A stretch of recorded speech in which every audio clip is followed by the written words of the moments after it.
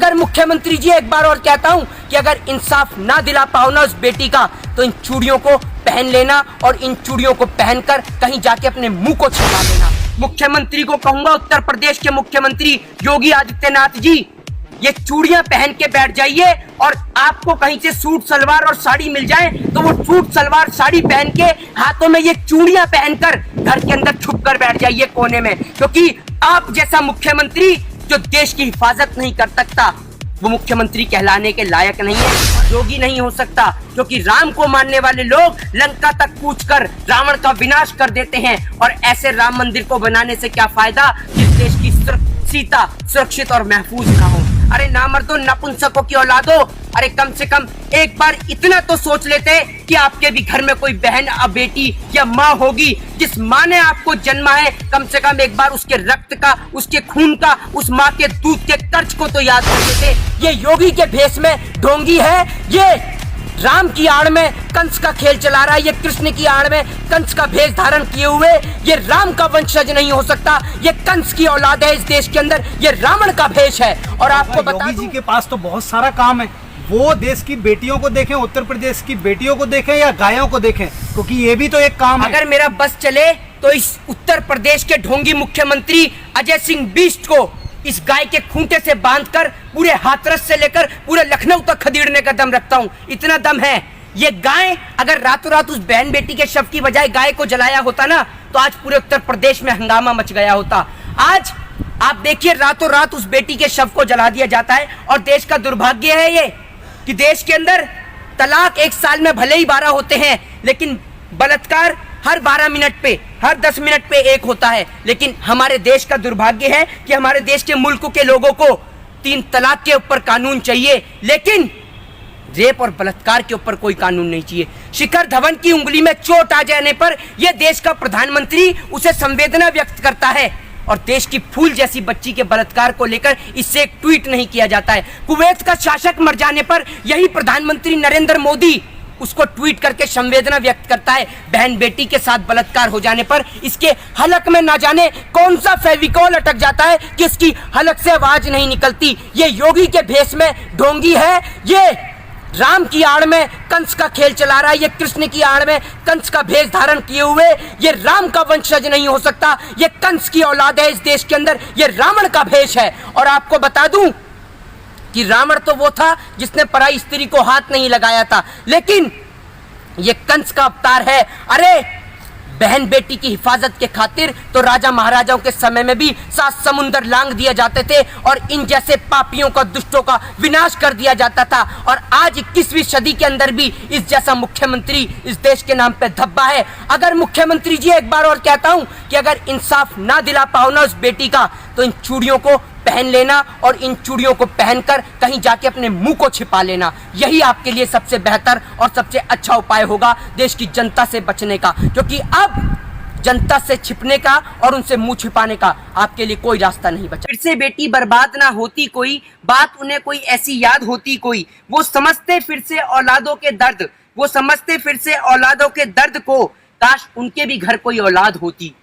अब कहना चाहूंगा कि अपनी फूल जैसी बच्चियों की हिफाजत खुद कीजिए, क्योंकि जो सरकार चलाने वाले हैं वो खुद बेऔलाद हैं।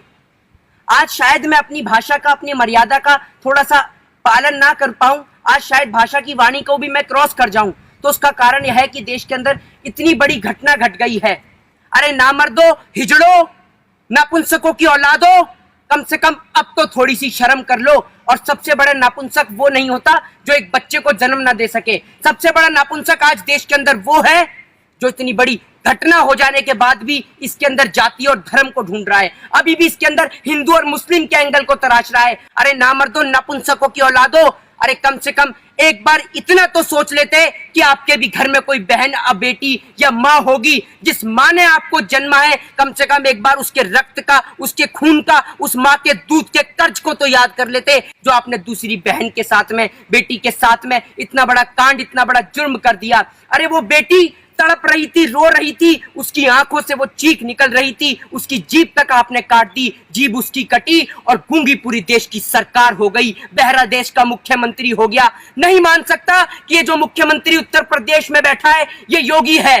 नहीं मान सकता ये भगवान श्री राम की विचारधारा का व्यक्ति है, क्योंकि और ना जाने किसने ये कैंडल मार्च की शुरुआत कर दी। नहीं तो बहन बेटियों के सम्मान में तो लंका फूंक दी जाती थी। नहीं कह सकता कि ये योगी उत्तर प्रदेश का मुख्यमंत्री है, ये योगी है। योगी नहीं हो सकता, क्योंकि राम को मानने वाले लोग लंका तक कूच कर रावण का विनाश कर देते हैं। और ऐसे राम मंदिर को बनाने से क्या फायदा जिस देश की सीता सुरक्षित और महफूज ना हो। आज सीता के ऊपर जो कांड हो रहे हैं, सरेआम बहन बेटियों के साथ बलात्कार हो रहे हैं, और मुख्यमंत्री 25 लाख रुपए में कीमत लगा रहा है?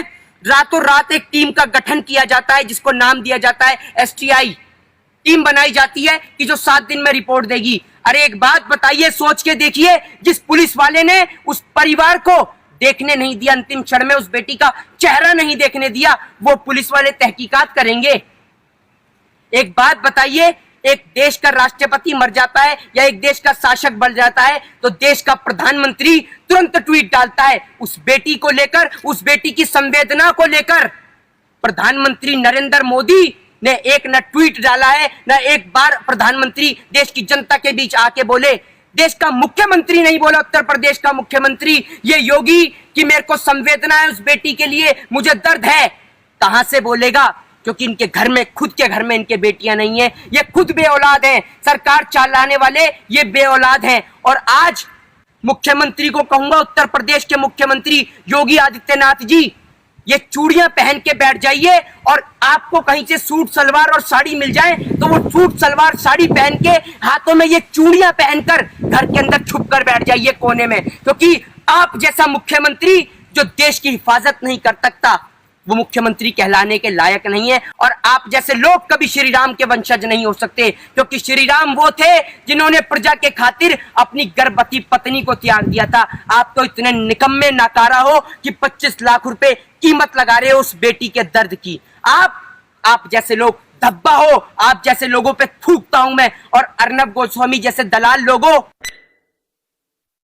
कि तुम आज दिखा रहे हो वो कंगना को लेकर, सुशांत को लेकर और ड्रग्स को लेकर, तो इतनी तो शर्म कर लो। उस बेटी की मां तड़प रही है सड़क पर, एक बार आकर तो पूछ लो कि मां तेरे साथ क्या घटना हुई है, तेरी बेटी के साथ क्या हुआ। कम से कम इंसाफ के लिए आवाज तो उठा लो, वरना ऐसे चैनलों को बंद करके बैठ जा। अगर हम जैसे लोगों का बस चलता ना तो ऐसे बलात्कार करने वाले लोगों को बीच चौराहे पे गोली मार दी जाती। आज एक बात बताइए, आज कहना चाहता हूं बाबा साहब भीमराव अंबेडकर से भी कि काश आपने देश के संविधान के अंदर एक ऐसा प्रावधान बनाया होता कि बलात्कार करने वाले आरोपियों के लिए ना कोई कोर्ट होता, ना कोई जज होता, ना कोई पुलिस होती, ना कोई CBI होती, ना कोई ED होती। सिर्फ एक ही सजा होती, वो होती बीच चौराहे पे गर्दन सर से अलग कर दी जाए, धड़ से अलग कर दिया जाए सर को। ये सजा होनी चाहिए थी। आज एक घटना के बाद दूसरी घटना, दूसरी घटना के बाद तीसरी घटना। कहते हैं ना बेटी बचाओ बेटी पढ़ाओ, आज उसका विपरीत है। बेटी को जलाओ और अपराधी को बचाओ। यह है आज उत्तर प्रदेश के मुख्यमंत्री का असली चेहरा जो आज लोगों के सामने देखने को मिल रहा है। अरे नामर्दो, नपुंसको, कम से कम अब तो अपने बच्चों की, अपनी बहन बेटियों के बारे में सोचो। आज समझ में आता है कि इस देश के अंदर ऐसी औरतों की कोई जरूरत नहीं है। इस देश के अंदर ऐसी औरतों की कोई जरूरत नहीं है, स्मृति ईरानी जैसी औरतों की कोई जरूरत नहीं है, जिनको आप जैसी बहन बेटियां संसद बनाकर संसद तक भेजती हैं। ये औरतें सांसद बनने के लायक नहीं है कि एक महिला होकर एक बेटी के दर्द के लिए आवाज नहीं उठा रही। अगर आज स्मृति ईरानी जी, अगर आपके अंदर इतनी सी भी इंसानियत बाकी है तो आज बैठो संसद के बाहर धरने पर, निकलो अपने घर और मकानों से और इन बेशरम बेहया इन बलात्कारियों को फांसी की सजा की मांग करो।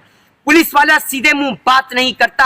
अरे आप हिंदू धर्म की बात करते हैं, हिंदू धर्म में कभी भी रात के वक्त किसी का अंतिम संस्कार नहीं होता और ये रातों को अंतिम संस्कार कर देते हैं। अरे दलालो भड़वो, कम से कम थोड़ी तो इंसानियत अगर तुम्हारे अंदर बाकी है, और अगर अभी भी तुम्हारे दिल के अंदर इतनी सी भी इंसानियत अगर बाकी है तो उस बेटी बहन के लिए आवाज उठाओ।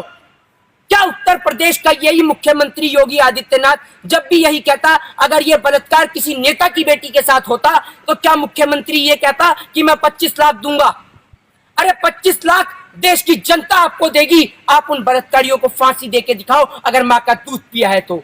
25 क्या 50 लाख देगी देश की जनता आपको। आप फांसी तो देकर दिखाओ उनको, है आप में दम फांसी देने का? है आपके कानून में दम?